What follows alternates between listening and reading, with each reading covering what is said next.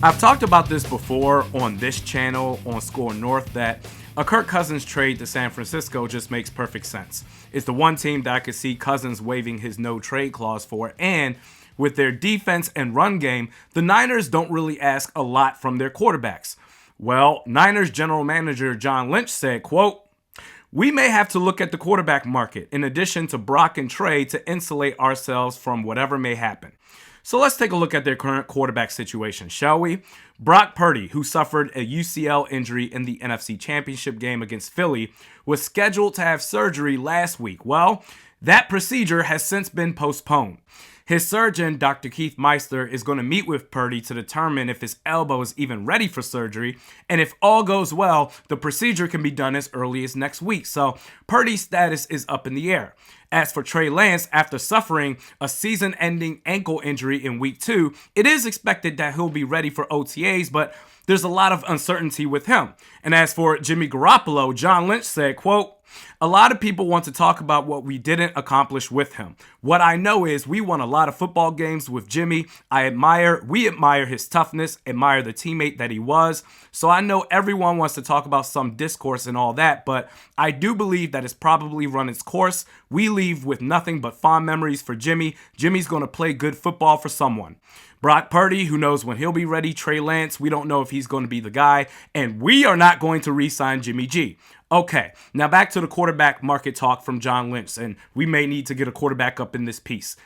After that, he admitted that he contacted Tom Brady. Now, in his defense, this was an answer to a question as far as would the Niners organization be interested in Tom Brady, to which John Lynch replied, "I sent him a text when he retired. He was a teammate for about 3 weeks at one point in 2008, so I sent him a text. Just congratulations on one of the greatest careers that I've ever seen in any sport, and I wished him the best." So we'll leave it at that. Two things here. Number one, he admitted that he contacted Brady. And number two, he never flat out said, "No, we're not interested in Brady." Quote, so we'll leave it at that. I'm not going to tell you everything that we discussed. What does any of this have to do with Kirk Cousins? I'll tell you what. The San Francisco 49ers, they have been so close to getting a championship in recent years that it's got to be frustrating. We got to the NFC Championship game and we lost because we didn't have a quarterback. We lost 2 quarterbacks in one game, 4 quarterbacks in a season. Well, go back to 2018 where current Niners head coach Kyle Shanahan, he admitted that he wanted to trade for Cousins. He wanted him bad.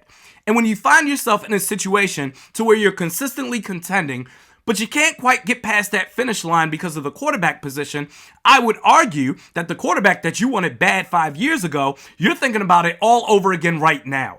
Now, perhaps Kirk wouldn't be the only option to consider for San Francisco. Maybe they do want to try to convince Tom Brady to come out of retirement. But if I'm the Vikings, I make the call. Listen, man, if we can get Kirk to waive his no trade clause, how about a future first round pick, 2024 to be exact?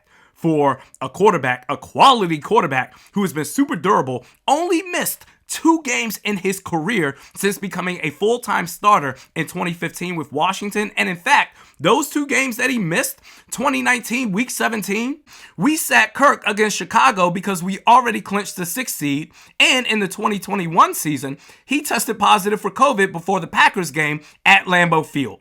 2 games missed, and it's not because he got hurt. You're not going to find a more durable quarterback than Kirk Cousins. Now, if there's any pushback from the Niners, oh my God, a future first-round pick, that's ridiculous. We'll never agree to that.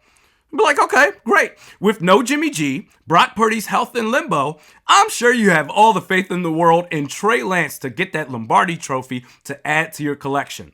And if you don't get it, I just know you'll have 0 regrets on not getting a deal done for a quarterback that your head coach really, really loves. The Kirk Cousins to San Francisco speculation is alive and well, all thanks to John Lynch. Rain RB says, "I am all for letting him ride out the last year of his deal and trying to draft a quarterback, but hopefully not Richardson. He seems too raw with his throwing to be a good NFL quarterback." Yeah, isn't that funny? You have 2 quarterbacks, Bryce Young, who just dominated the SEC. But all you're hearing about right now with him is his size, his stature. I don't know if he's going to be durable enough to make it at the next level, which does have some validity to it. But you don't hear anything about how he just went off in the Southeastern Conference. Meanwhile, you have Anthony Richardson, also plays quarterback in the same conference, inaccurate as hell, misses the easiest of throws, but you know what? He's built like Cam Newton. This is going to be a for sure first round pick. You cannot miss on this guy. What? And for the record, I did see that with the Vikings, they met with Anthony Richardson in Indianapolis during Combine Week, but my reaction to that is due diligence. Every team meets with damn near every player expected to be selected in the first round. Jeff Altier says, Kirk at $40 million a year, Jefferson at $35 million a year, paying two guys literally a third of your cap money is a ridiculous situation. One or the other has to go. I'll take the guy that's younger, more talented, and more capable of changing a game any day. Yeah, and I'm sure if you survey 2 billion people across the planet, they'll all say they'll take Jefferson over Kirk Cousins. The only time or situation I can see where it maybe makes sense to have two players account for $75 million in cap space is if you're a contending team, especially if one of those players are a quarterback. The San Francisco 49ers, you're contending every year. You're trying to figure out the quarterback situation. I think it makes sense for them. Lastly, Next Morduis says, we will go quarterback in draft or we'll get someone from trade or free agent. Yeah, I'm not interested in any free agent quarterbacks. Even with a guy like Derek Carr, I would argue you're worse off compared to Kirk Cousins as your starting quarterback. And trading, no team is going to trade a quarterback with any sort of promise in the future. For me, it's draft or bust. Draft a quarterback this year in the third round, and if it doesn't work out, take one again in the first round of next year's draft.